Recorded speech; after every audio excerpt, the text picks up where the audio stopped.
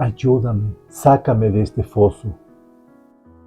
Durante mi proceso, como lo he compartido, pasé por muchas etapas y creo que lo que me llevó a entender y avanzar fue cuando una gran mujer de Dios me dijo: Rosy, visualiza a tu esposo de esta manera.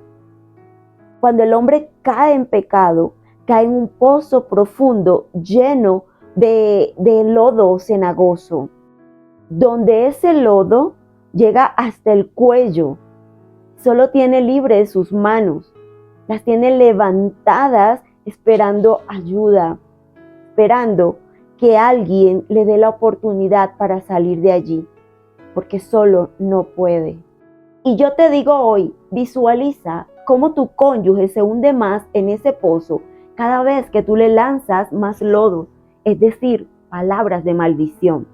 Que ese hombre no cambia, que esa mujer mala nos abandonó a mí y a nuestros hijos, ese hombre se enamoró de la mujer inmoral, ese hombre es un sinvergüenza, es malo, es un miserable, lo odio, ya no va a volver. Este matrimonio no se restaura y muchas cosas más que cada uno sabrá allí en su corazón. Y no solo tú, sino todas aquellas personas con las que hablas, las que se han dado cuenta de lo que ese cónyuge en pecado ha hecho. Así es, y en la Biblia encontramos la confirmación de todo esto que ha dicho mi esposa. En el libro de Salmos 40, 2 y 3, dice la palabra: y me hizo sacar del pozo de la desesperación, del lodo cenagoso. Puso mis pies sobre peña y enderezó mis pasos. Puso luego en mi boca cántico nuevo, alabanza a nuestro Dios. Verán esto muchos y temerán y confiarán en Jehová. Pero, ¿qué es ese pozo cenagoso que menciona la Biblia? Pues es el pecado. La Biblia lo simboliza como un pantano o lodo cenagoso, donde el encargado de que caigas en él es el diablo. Pero la buena noticia es que tenemos un Dios que, aunque respeta el libre albedrío, aunque no se interpone en la decisión que toma el hombre de apartarse, aunque se duele y hasta se enoja cuando el hombre cae en las garras del pecado, el Señor acude inmediatamente al llamado cuando ese pecador quiere ser libre. Y a lo mejor dirás: pero mi esposo no quiere ser libre. A ver, ¿y quién deleitándose en el pecado físicamente puede decir: sáquenme de aquí? Claro, es que es difícil, principalmente al inicio, que es cuando realmente tenemos la mente más entenebrecida. Todo nos parece bien, es como lo que queremos hacer y creemos que vamos a ser felices con esta persona y que es emocionante todo lo que está sucediendo.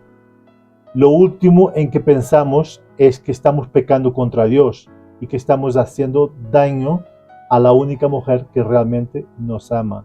Claro, y es que hasta que tú no entiendas que esto va más allá de lo que tus ojos naturales ven, no podrás entender que la lucha no es contra sangre y carne, sino contra principados, contra huestes, contra potestades, contra el mismo Satanás. Que lo que busca no es hacer feliz a tu cónyuge pródigo, sino destruirlo, matarlo espiritual, moral y hasta físicamente. ¿Qué quiere decir este Salmo 40 que acaba de leer mi esposo? El Salmo 40 es como el itinerario de una experiencia de liberación interior y exterior. Este Salmo da testimonio de una súplica escuchada como respuesta a la espera impaciente, pues Dios se convierte en apoyo ante esa tribulación, ante esa confusión. Y el Salmo anuncia la espera de una nueva liberación. Ese pozo de la desesperación es el lugar donde uno se encuentra, aparentemente en la nada más absoluta. El fracaso y la decepción nos llevan hasta las profundidades y nos ponen cara a cara aún con la depresión. Nuestras habilidades de razonamiento se encuentran reducidas a nada. Nos hemos vuelto inflexibles, estamos cegados y demasiado confundidos como para saber qué está pasando realmente. Para razonar. Amor, ya nos compartiste en un video, o de hecho en varios videos anteriores, por qué les cuesta salir de esa situación. Y claro, caer en un pozo es más fácil que salir de él, ¿cierto? Mucho más fácil. Puedes caerte por accidente, por ir distraído o simplemente te lanzas, como es el caso del pecador. El pozo está y siempre va a estar. Te toca a ti, le toca al hombre, nos toca a nosotros ir pendiente siempre para no caer, porque puedes tropezar y quedar colgando, que al igual necesitarás rescate, ¿no? Pero será más fácil sujetarte, o entre dos podemos evitar males mayores. Pero es que si caes, ya empiezas a revolcarte, a encochinarte, ya quedas atrapado. Claro, cuando empecé a ver y sentir, a contemplar la posibilidad con esa mujer, al inicio pues no había ningún tipo de plan de ir más allá. No planteaba dejar mi matrimonio, mi hogar. Pensaba yo que era algo pasajero, lo que comúnmente se dice una aventura. No veía todo lo que podía realmente ocasionar con esa actitud que yo estaba teniendo. Obviamente que no estaba correcto, aunque así fuera, pero seguramente sería algo más sencillo de resolver y de perdonar. Por momentos sentía que necesitaba ayuda, pero tenía vergüenza de lo que estaba haciendo. Sabía que quien me podía ayudar a salir de eso era mi esposa, pero realmente me daba mucho miedo su reacción. Tuve la oportunidad de alejarme, pero al no buscar esa ayuda en mi esposa, seguí hundiéndome cada vez más. Y en ese lodo, tal como las arenas movedizas, que cuando más peleas por salir, pues más te hundes. Y si no hay quien te eche una mano, te seguirás hundiendo y probablemente nunca saldrás de ellas. Yo intenté salir por mi cuenta de ese pozo. Empezamos a buscar apartamento, ¿te acuerdas, mi amor? Sí. En otro barrio, cerca de mi trabajo. Pues así sería la forma de poder alejarme de esa tentación, de esa persona, del pecado, pero no hemos podido por varios motivos. Todo parecía estar en contra. Exacto, pero ahí es donde está. Yo creo que igual era necesario. A veces suena raro y cruel, ¿verdad? No es que Dios quiera que pasemos por ese momento duro, pero a veces es necesario, porque es lo que siempre pensaba. Si en ese tiempo mi esposo trataba de alejarse de esa tentación, pero como digo yo, o sea, huir de ella es huir, pero llevarla a rastras. Para mí, si nos hubiéramos mudado, si hubiésemos estado lejos, igual en su pensamiento y en su corazón iba a estar, y estoy segura que iba a buscar la manera de volverla a ver, así estuviera más lejos. Entonces, o no iba a ser ella, iba a ser otra, o sea, y tenía que pasar esto en nuestra vida, en nuestro matrimonio, para que pudiera haber un antes y un después. Exactamente. ¿Y por qué? Porque la solución no es alejarse de la tentación para no caer en ella. La solución es tener la seguridad de no caer en la tentación, aunque la tengas al lado. Y esa seguridad solo la da el temor a Dios. Recuerdo que un día me dijiste, hablemos, ¿pasa algo? ¿Hay alguien? Me dijiste eso, ¿te acuerdas, mamá? Claro. Pero yo dije que no, que el motivo de estar así era por la pérdida de mis papás, que había sido muy reciente, que había sido algo muy duro para mí en ese momento, y la excusa perfecta para no asumir lo que realmente estaba pasando. Incluso me acuerdo de decirte, aún te amo. Sí, es que en ese momento cuando tú me dices eso, me abrazas, estabas como lloroso y el aún te amo. Claro, en el momento él aún como que sobraba, ¿no? Pero, o sea, para mí entendía que era la situación que estaba pasando con la pérdida de sus padres. Pero cuando ya pasó todo, cuando ya yo estaba sola en casa, que ya uno empieza a atar cabos y a analizar todo, es cuando yo dije, aún te amo. Es cuando empezaba ya a entender cómo el pecador tiene esa lucha. Pero si yo amo a mi esposa, ¿cómo siento por aquella? Pero si yo amo a mi esposa, ¿cómo estoy así? ¿Cómo estoy haciendo esto? Era la guerra interna que él tenía antes de caer en el pecado o consumar el pecado. Y yo lo veo también como un pedido de ayuda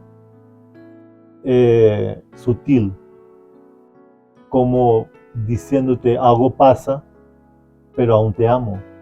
Exacto, y ahí falta de discernimiento de mi parte, porque yo estaba viendo con mis ojos naturales la situación, o sea, yo me enfoqué, tus padres, el dolor por tus padres, recuerdo que ese día yo te abracé, te decía confía en mí, refúgiate en mí, de hecho oraba para que Dios te diera paz y tranquilidad, porque en mi inocencia pues yo creía que era eso, ¿no? Pero ya te digo, falta de discernimiento donde yo pude, porque ¿qué tendría que ver una cosa con la otra? Que estuvieras dejándome de amar a causa de que la pérdida de tus padres, o sea, no tuve entendimiento y lo dejé pasar. Y es que, de hecho, si llevamos todo esto al plano terrenal, cuando te decía, está raro conmigo, mi amor, ¿te pasa algo? Creo que tú estabas allí como en el borde de ese pozo. Aún yo podía ayudarte y tú dejarte ayudar. Pero también cuando te dije, busquemos ayuda, tú me dijiste, ya no.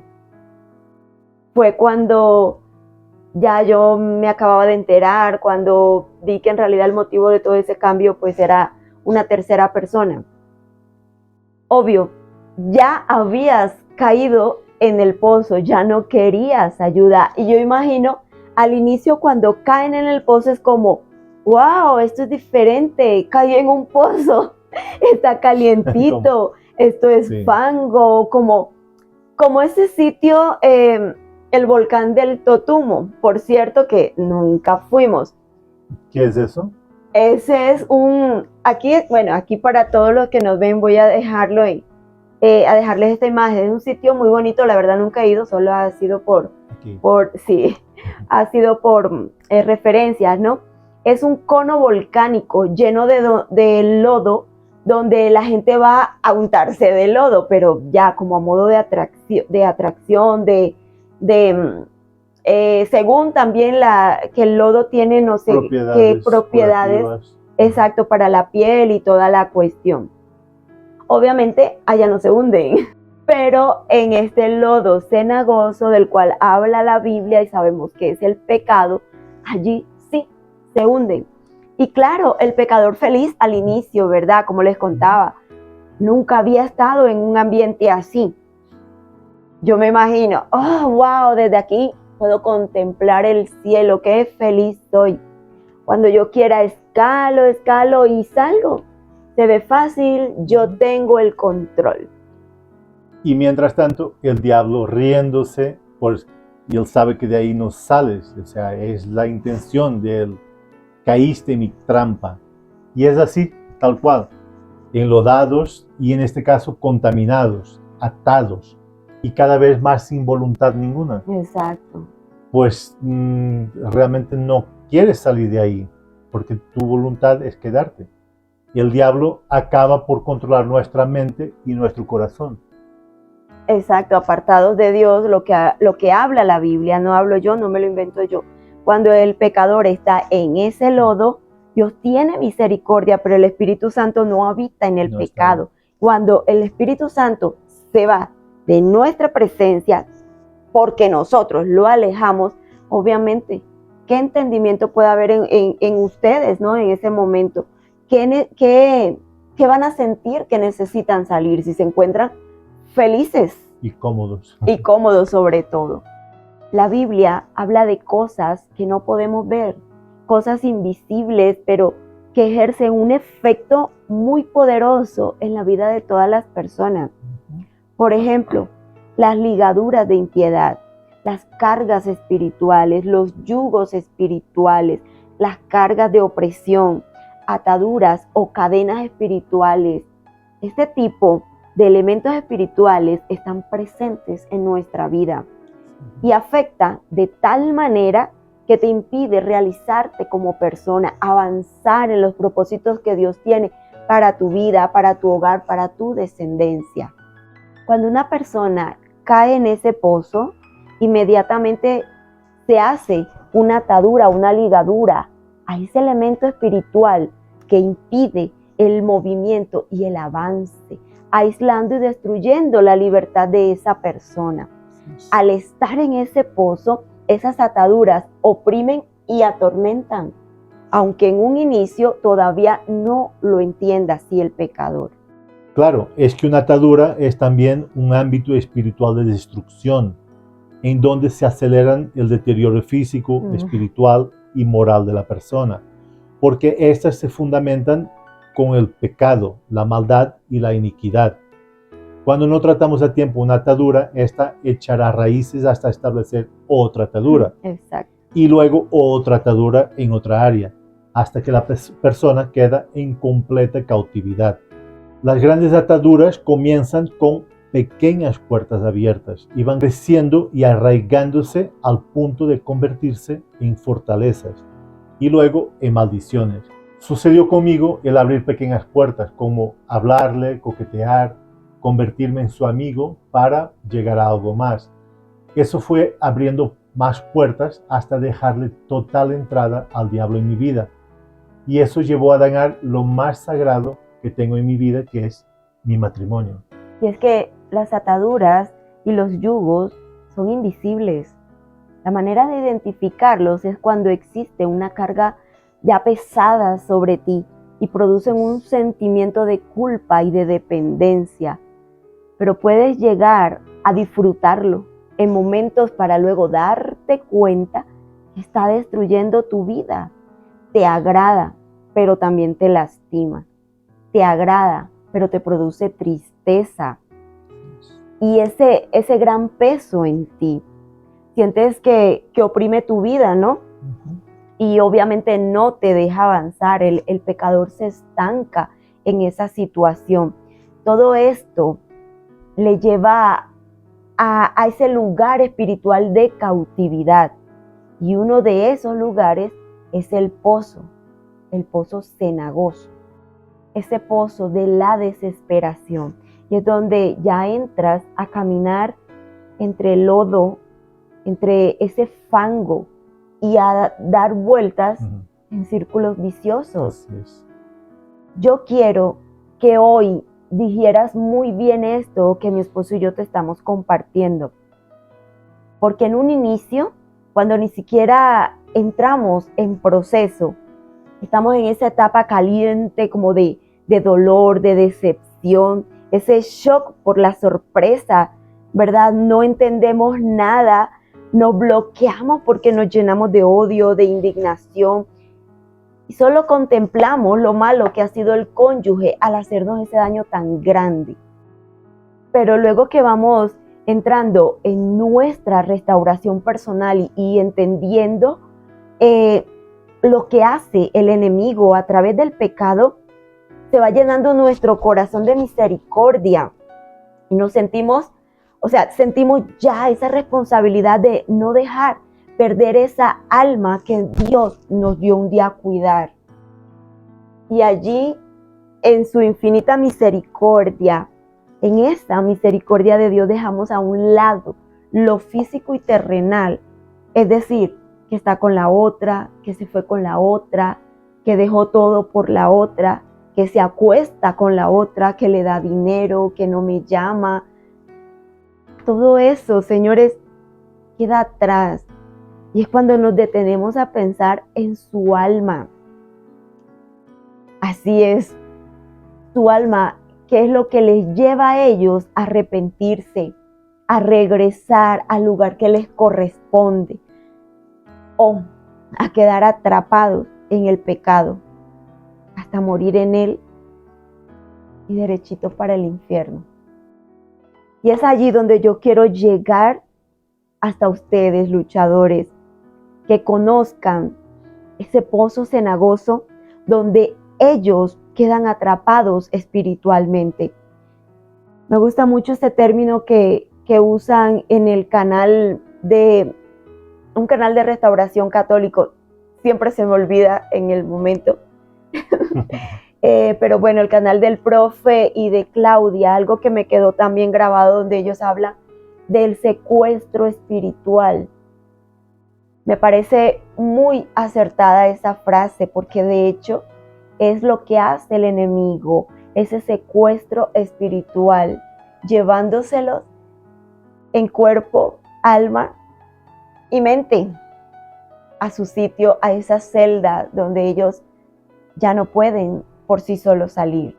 Y literalmente es así, amor. Perdemos completamente el norte, ya no sabemos distinguir entre el bien y el mal. Y eso hace que sigamos actuando mal una y otra vez, pensando que estamos actuando bien. Exacto. Claro, y cuando una persona se habitúa a vivir en la oscuridad, esa mente se acostumbra a buscar la oscuridad. Yo quiero, amor, que nos compartas a partir de cuando ya empezaste a sentirte que estabas en ese pozo. Eso empezó a pasar cuando ya cualquier cosa nos recordaba a nosotros. Una película, una canción, algo que veía en Facebook o Instagram. Todo me hacía recuerdo de que estaba viviendo una vida que no me hacía feliz. Pues yo recordaba todo lo que habíamos pasado de tantos años juntos, incluso las dificultades que siempre afrontábamos juntos, siempre salíamos adelante. Sentía que estaba realmente en un pozo, pues empecé a darme cuenta del sitio donde vivía después de haber tenido un hogar tan bonito contigo.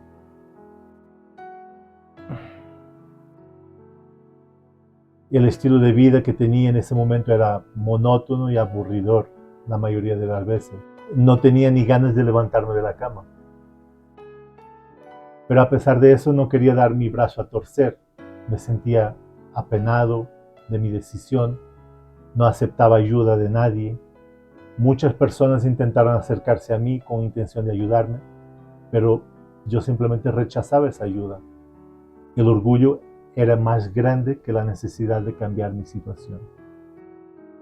Orgullo, una de las piezas clave que usa el enemigo con el pecador. Pero cuando empezaste a sentir que ya no podías más, ¿qué le pedías a Dios? Yo quiero que nos permitas visualizar ese momento, digamos, tú dentro de ese pozo, con el lodo a la cintura, solo tus manos extendidas y ver que solo no podías salir de ahí. ¿Qué le pedías a Dios? Bueno, yo sentí que ya no podía más cuando empecé a sentir que sería más fácil que Dios me llevara, y eso le pedía, que me llevara, simplemente que terminara con mi sufrimiento. Incluso llegué a pensar algunas veces en quitarme la vida. Esa vida que Dios me había dado un día con un propósito, pero que en ese momento para mí ya no tenía ningún tipo de propósito. Lo mejor sería la muerte. Facilitaba para mí y para ti también. No. Sí era lo que sentí en ese momento, mi amor. Y empecé a enfermarme y cada día que pasaba me sentía peor. Por más medicinas que tomaba, pues nada me curaba, pues la enfermedad no era física, pero sí espiritual. ¿Querías salir de ahí? Sí, claro, amor, era lo que más quería. Pero no sabía cómo, la verdad, o sea, estaba demasiado desesperado. ¿Sentías que podías salir solo de ahí? No, estaba de tal manera metido en ese pozo que sin ayuda sería imposible. ¿Te costó? Muchísimo. Dolor, lágrimas, querer morir, miedo. De hecho, cuando esta mujer empezó a darse cuenta de mi cambio, llegó a amenazarme de que me mataría si yo volviera contigo. Y lo decía de forma literal, pues me amenazó con un cuchillo en la mano cuando lo dijo. Eso fue el motivo también, un motivo más que me hizo querer pedir ayuda a alguien, pero la verdad es que no sabía a quién. En ese momento solo le pedí ayuda a Dios. Wow. No es que para mí, pues, esto sea sorpresa. De hecho, a veces cuando grabamos los videos salen cosas, ¿verdad?, que recordamos o que a lo mejor yo no sabía. Y claro, ya hemos sanado, ya hemos perdonado, todo eso es para testimonio, pero es que cuando hay amor es inevitable, pues como que se le arrugue el corazoncito a uno, ¿no? Y en este momento, digamos, me duele el hecho de, o sea, imaginarme a mi esposo en esa situación, imaginarme donde yo no hubiese estado también, la gloria es para Dios, pero intercediendo, donde a mí no me hubiese importado su vida, donde yo hoy no lo tendría aquí conmigo, donde sería peor él al quitarse la vida, o sea, qué oportunidad iba a tener de ser salvo. Yo no lo volvería a ver y no, horrible. Sí. Pero bueno, de hecho no fue enseguida, ¿cierto? Es decir, puedo imaginar como que en un principio o en un momento te llega ayuda y aunque tengas la mano levantada, luego la escondes. Luego dices, no, sí, necesito y vuelves a levantarla y así pasas un buen tiempo. Quiero, necesito, no quiero. Quiero, no lo necesito. Sí, y eso, bueno, me recuerda que muchas veces intenté pedir ayuda, pero nunca di el paso siguiente con nuestros pastores. Nuestro pastor Fernando, pues alguna vez lo saludé y luego cuando él ya quería hablar conmigo, yo como que ya cerraba esa puerta y ya no quería seguir porque ya sabía que era lo que venía. Y eso pasó también con otras personas que me quisieron ayudar y yo siempre cerraba la puerta, simplemente. Y eso me trae a memoria esa anécdota del hombre que se estaba ahogando y le pedía a Dios que lo salvara y Dios le envió un helicóptero y él, no, Dios, sálvame, y el Dios le envió un barco. Hasta que por fin pues el hombre acabó ahogándose y nunca entendió que todo lo que Dios le había enviado era para salvarlo. Y fue Dios que lo envió. Y eso también me trae a memoria, pues, y ahí en ese momento yo lo entendí, que ya fue mucho después, que un amigo, que era un amigo, un compañero de trabajo, que ni siquiera era creyente, pero me dijo algo que a mí nunca se me va a olvidar y fue algo que permitió que yo tomara decisiones, la decisión más importante. Okay. Me dijo, Alfredo, tú tienes que estar donde hay tranquilidad para tu vida. Donde tienes paz. Donde tienes paz. Y eso como que me incendió el bombillito y yo, ¿qué estoy haciendo de mi vida? Y la verdad, esas palabras fueron muy importantes para tomar la decisión. Para tomar la decisión de querer cambiar. Pues yo entendí que esa ayuda era de Dios, que era por todo lo que le había pedido a Dios. Pero desafortunadamente no todos están preparados para entender que Dios usa las herramientas que a Él le plazca usar. Y en este caso Él usó a una persona que ni siquiera creía en Él. Y le doy gracias a Dios por esa persona.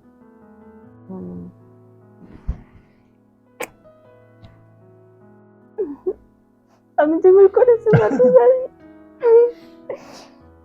Esto pasa con muchos y que al final esa ayuda o ese medio se cansa, ¿verdad? Se resigna, se van, o sea, insisten y de pronto al ver que la persona no quiere o no se deja ayudar, se van y lo dejan solo.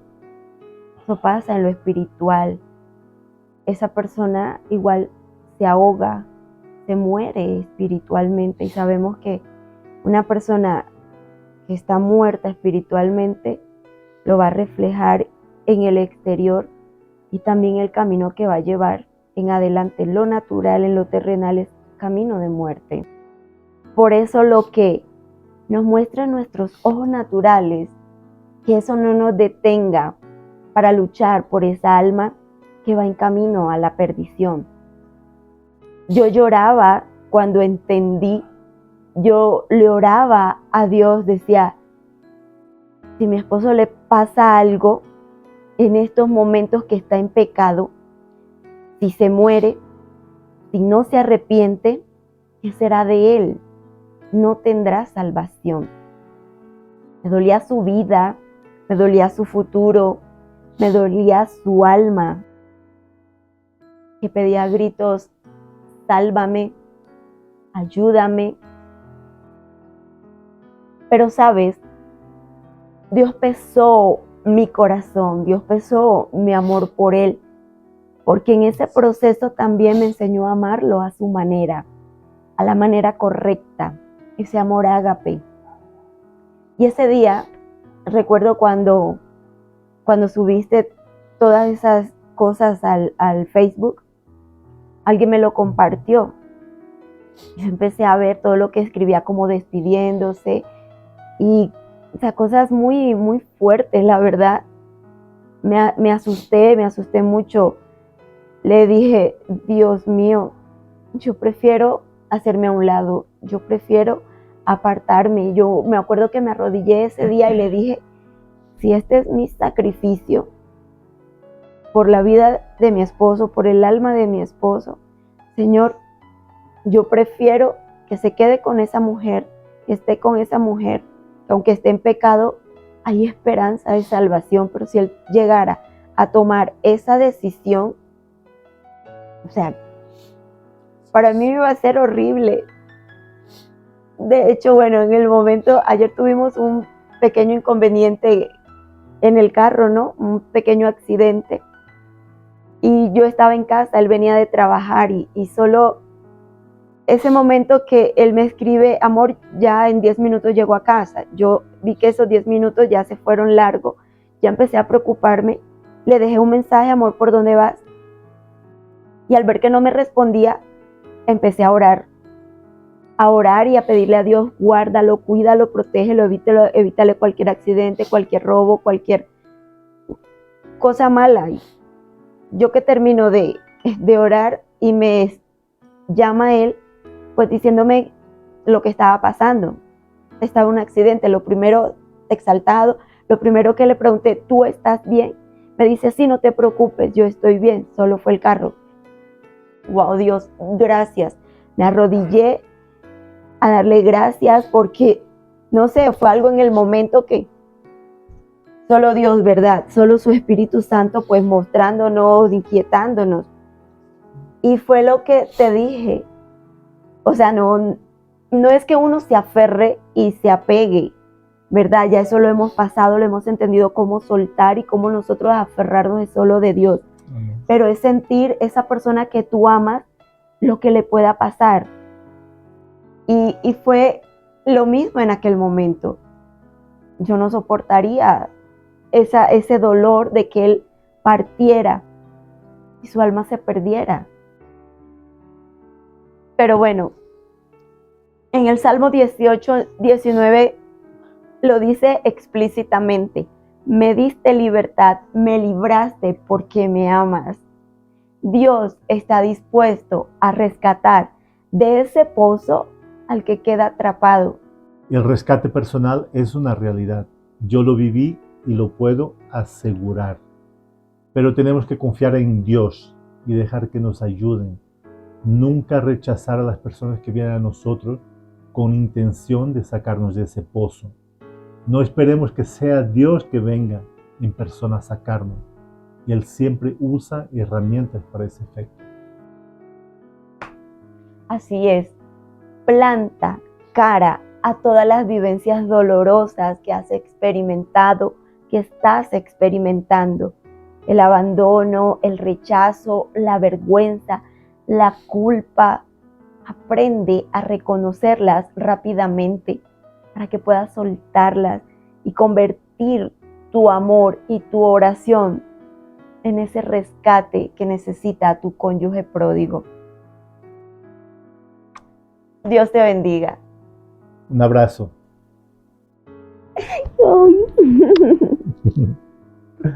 Te amo. Yo te amo, amor. Qué bonito. Ay. Las manos